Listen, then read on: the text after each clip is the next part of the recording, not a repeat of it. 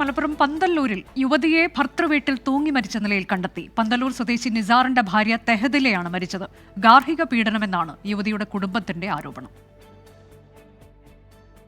സാഹചര്യത്തിൽ പോലും ആ കുട്ടിയെ ഒരുപക്ഷെ എത്തിച്ചിരുന്നെങ്കിൽ രക്ഷപ്പെടുത്താൻ പറ്റുമായിരുന്നു. കൊടിയ പീഡനം ഒരുപാട് വർഷമായിട്ട്, ഒരുപാട് കല്യാണം കഴിഞ്ഞ് 10 വർഷമായി, ഒരു വർഷം മാന്യമായിട്ട് പോയിട്ടുണ്ട്. അതിനുശേഷം പിന്നെ എന്നും ഈ കുട്ടിക്ക് പ്രശ്നമാണ്. കുട്ടിയുടെ അവിടുത്തെ ഭർത്താവിന്റെ പിതാവാണ് ഏറ്റവും വലിയ പ്രശ്നക്കാരൻ.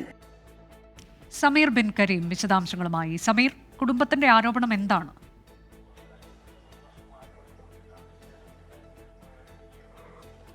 അനുജ, കുടുംബം പറയുന്നത് ഭർത്തൃ വീട്ടിലുള്ള പീഡനമാണ് ഈ ഒരു യുവതി ആത്മഹത്യ ചെയ്യാൻ കാരണമെന്നുള്ളതാണ് കുടുംബം ആരോപിക്കുന്നത്. കഴിഞ്ഞ 9 വർഷത്തോളമായി ഈ യുവതി നിരന്തരമായ ഒരു മാനസികവും ശാരീരികവുമായ പീഡനം ഭർത്തൃ വീട്ടിൽ നിന്ന് അനുഭവിക്കുന്നുണ്ട് എന്നുള്ളതാണ് ഈ കുടുംബം വ്യക്തമാക്കുന്നത്. ഇപ്പോൾ നമ്മോട് സംസാരിച്ചത് യുവതിയുടെ അമ്മാവനാണ്. അതായത് ഇവർ പറയുന്നത് ഈ ഭർത്താവായിട്ടുള്ള നിസാറിന്റെ പിതാവ് അബു എന്ന് പറയുന്നയാളാണ് ഈ കുട്ടിയെ നിരന്തരമായി പീഡിപ്പിച്ചിരുന്നത്. ഇക്കാര്യം ഈ യുവതിയുടെ ഭർത്താവായിട്ടുള്ള നിസാർ വിദേശത്ത് കഴിയുകയാണ്.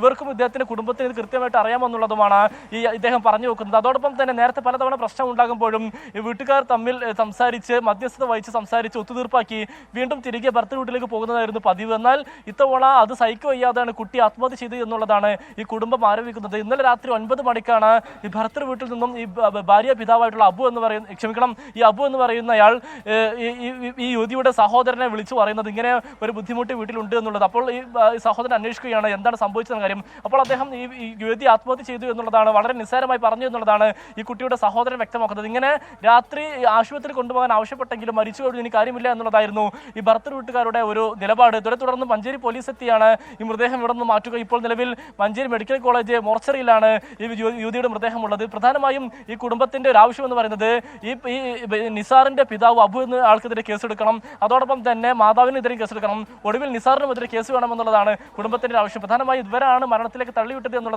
കുടുംബത്തിന്റെ ഒരു ആരോപണം. അനുജ, സമീർ ബിൻ കരീമാണ് വിശദാംശങ്ങൾ നൽകിയത്.